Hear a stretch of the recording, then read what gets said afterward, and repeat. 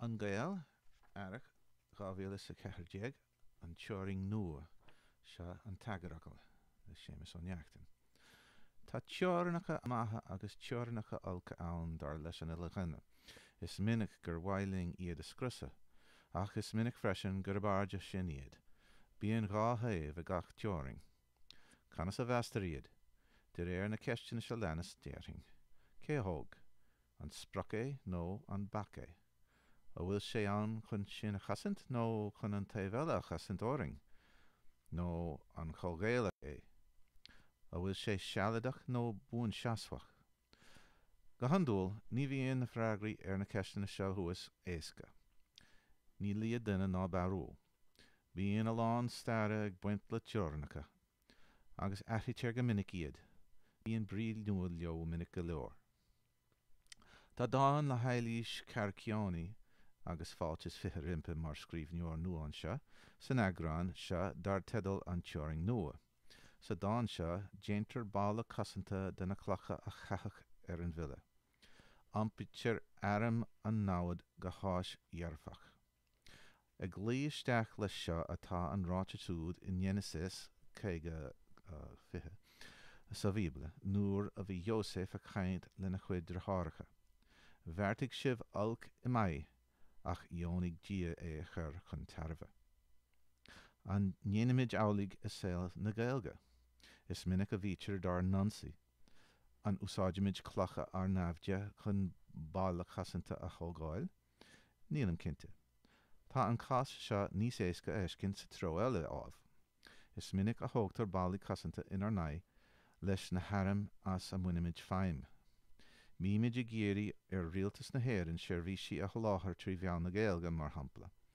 Déir siad go ndéanaí, go bhfuil siad ar tí sin a dhéanamh agus a ráige. Tá siad ag déanamh an rud a iarrachártha déir siad, agus tógtar an bála. Irtar rialtas na hÉireann airgid a chathair san na Gaeilge. Pe má a dhéanach an targid seo nach minic a chaintear é.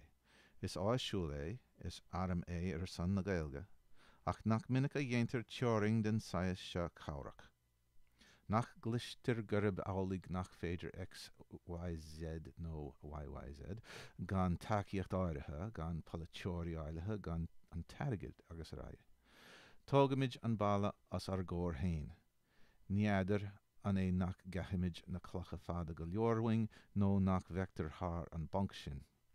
Agus níl mórá nach ceart agus cóir na haram seo úsáid, ach mar siúlamid a raigh agus na clocha á gaithimh againn nó fiúáring. Titan siad san áit chéine agus éiríonn cearn agus an sin balla ard agus ar ball nílamid ábalta feiscint hart. Ní dólam go diggin éon winter eile cad is balla clocha ann chomh máil le muinte na hÉireann. Rinnech iad chun teornacha a thógáil cinnte agus as chúis eile dar nó. Bhí an amarcha clocha ann mar bhac ar gnóin ar an meora. Ní raibh éidir tóra a bhaint as an talamh gan an cití seo a glána de.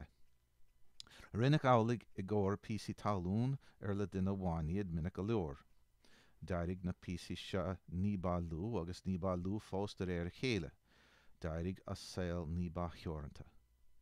Agus ba bheag iad na clocha bhí fágtha.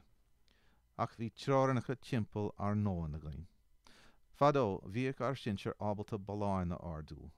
Rinne siad cromlacha agus mar sinne, I lár parcanne gan teornacha cho fada agus a béidir leo éiscint.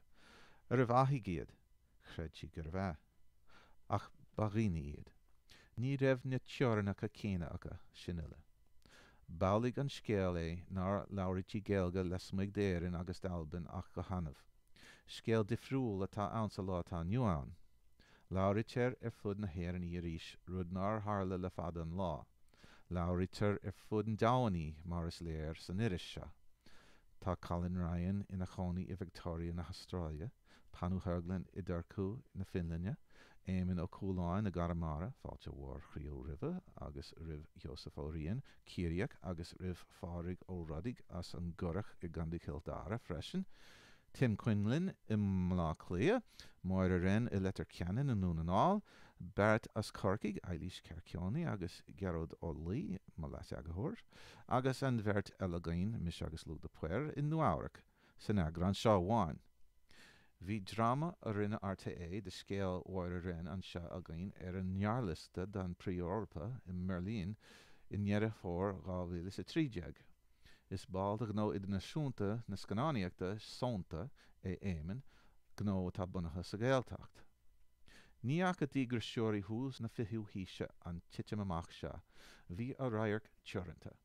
Ach hiúil siad a rai agus lean siad leis an trid. Níl an Gaelgas na Gaeltachtaí amháin níos mó, le fírinne, nar teoring árasach sin an ceann idir lucht láirtha na Gaelgas a Gaeltacht agus amórach na tíre. Ceapach má ás chun an teanga a chasint ach buintear úsáid as ball chun an teanga a chimáid faoi chas fud na tíre. Tá an scéal sin a gahrú buchas le dia. Cad é an teoran nuair mar sin? Cá bhfuil si? Cé thóg?